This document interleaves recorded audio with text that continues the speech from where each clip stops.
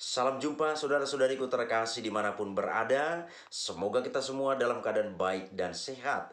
Dan semoga Tuhan yang Maha Baik selalu dan senantiasa menyertai kita. Saudara-saudari, sesi ini saya mengajak kita untuk sedikit bercerita tentang salib San Damiano. Saudara-saudari terkasih, barangkali kita sebagai umat beriman Katolik pernah bingung dengan salib yang kita temukan di dalam gereja. Kok banyak variasinya ya? Apakah salib Yesus itu berbeda-beda? Saudara-saudari, prinsip dasarnya adalah salib Yesus tetap satu dan sama, tidak ada bedanya. Ketika di dalam gereja kita menemukan begitu banyak variasi salib, ini bukan berarti salib Yesus itu banyak. Tapi ini adalah sebuah hasil dari imajinasi, sebuah karya seni tentang bagaimana salib Yesus itu. Dan imajinasi ini tentunya punya sebuah dasar pemahaman tertentu yang terkandung di dalamnya. Maka kita lihat biarawan-biarawati yang ada misalnya di tempat kita masing-masing, mereka menggunakan salib dengan variasi yang berbeda-beda. Jadi sekali lagi jangan kita berpikir bahwa salib Yesus itu banyak. Tapi itu hanyalah sebuah variasi, sebuah imajinasi tentang penderitaan yang dialami oleh Yesus kemudian digambarkan dengan cara yang sedikit unik menurut kongregasi atau ordo, atau di sini dimaksudkan adalah pendiri ordo atau kongregasi tersebut. Saudara dan saudariku terkasih, di layar kita melihat sebuah salib yang cukup unik. Bagi saudara dan saudariku yang di tempat kita dilayani oleh para Fransiskan dan Fransiskanes atau pengikut Santo Fransiskus, baik yang laki-laki atau yang perempuan.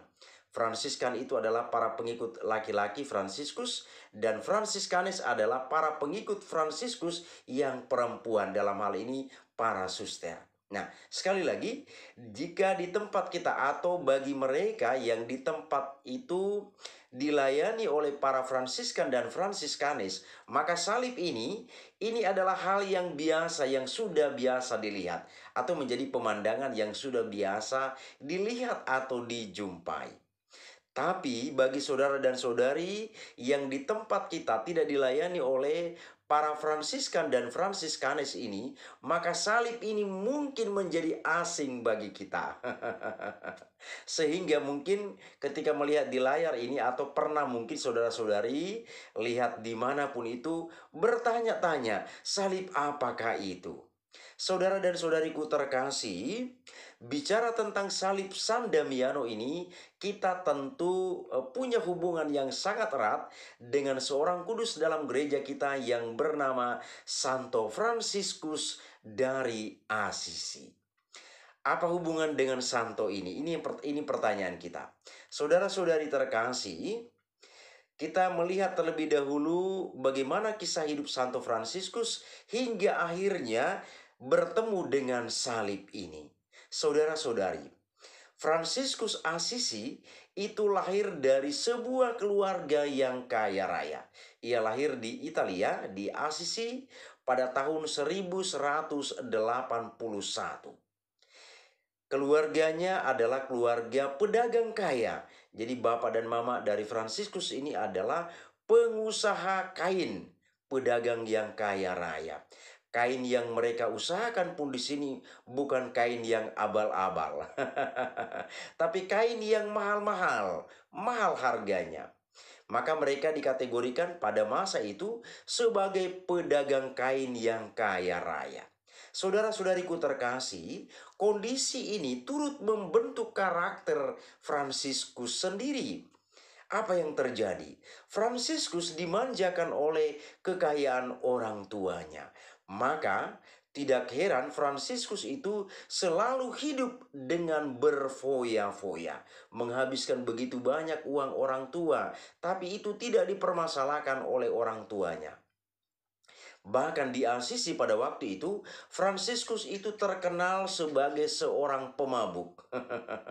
Karena apa? Ia sering berkumpul dengan teman-temannya minum-minum mabuk di kota Asisi pada waktu itu. Maka masyarakat di Asisi pada waktu itu sudah mengenal dengan baik siapa Fransiskus itu sebenarnya. Karena apa? Dia dimanjakan dengan latar belakang kehidupan keluarga yang punya ekonomi yang begitu baik atau luar biasa. Jadi kekayaan ini saudara-saudari turut membentuk karakter Santo Fransiskus ini. Maka ini juga pesan moral bagi kita.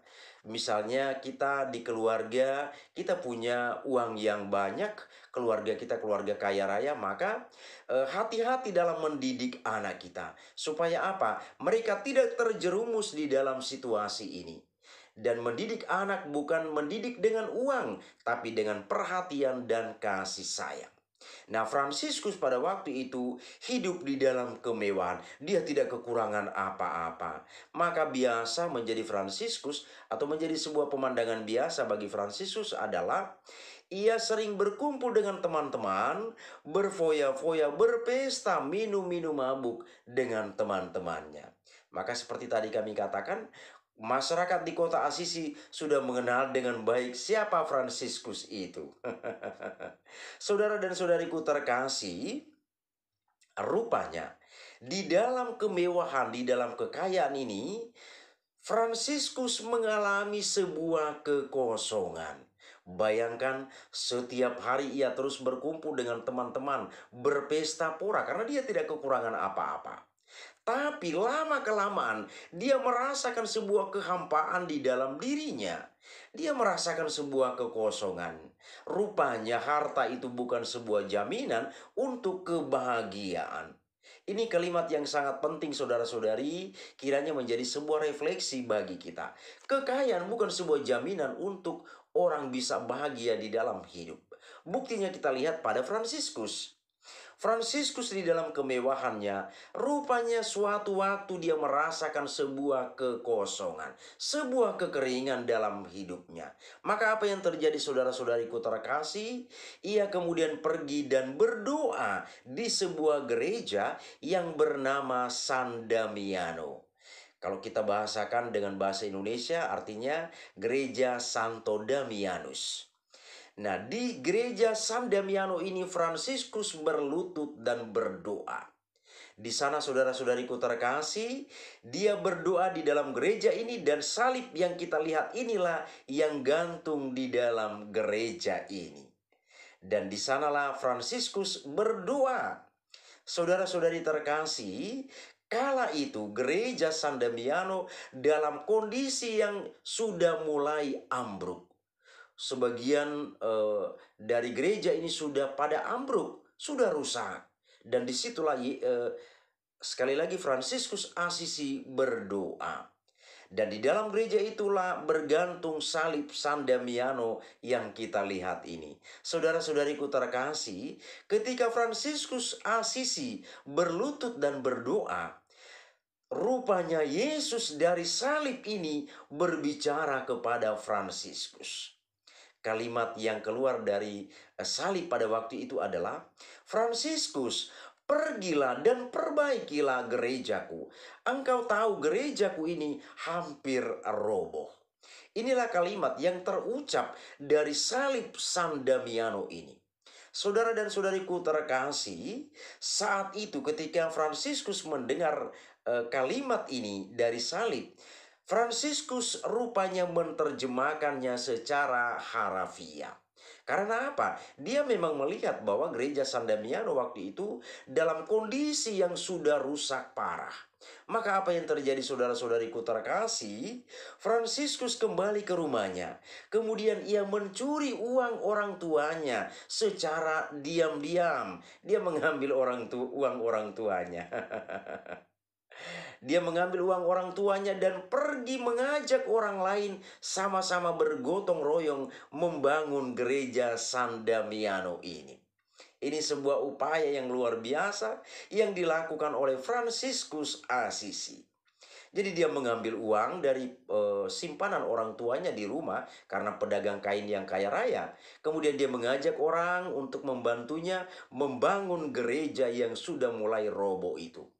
Dan pembangunan gereja itu sampai selesai, maka gereja itu menjadi indah kembali. Inilah upaya sekali lagi yang dilakukan oleh Santo Fransiskus untuk memenuhi pernyataan atau kalimat yang diucapkan atau yang ia dengar dari salib San Damiano. Saudara dan saudariku terkasih, bukan berhenti di situ. Rupa-rupanya setelah pembangunan gereja itu, Fransiskus tetap mengalami kekeringan atau kekosongan itu.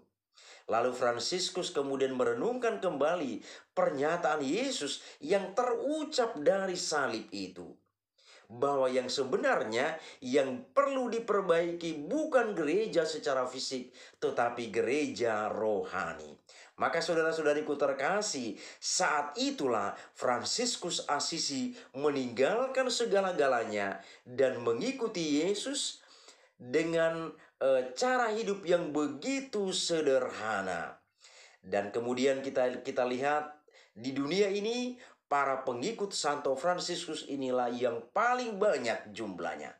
Di sana ada Fransiskan dan juga Fransiskanis. Saudara-saudariku terkasih, inilah upaya yang dilakukan oleh Santo Fransiskus Asisi untuk gereja, dan gereja sungguh sangat mengagumi Santo Fransiskus ini.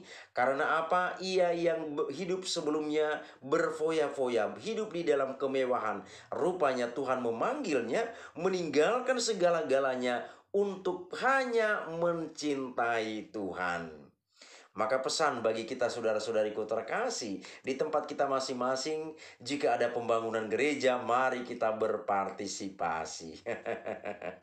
Demikianlah saudara-saudariku terkasih, sedikit informasi tentang salib San Damiano. Semoga bermanfaat bagi kita. Terima kasih, Tuhan memberkati.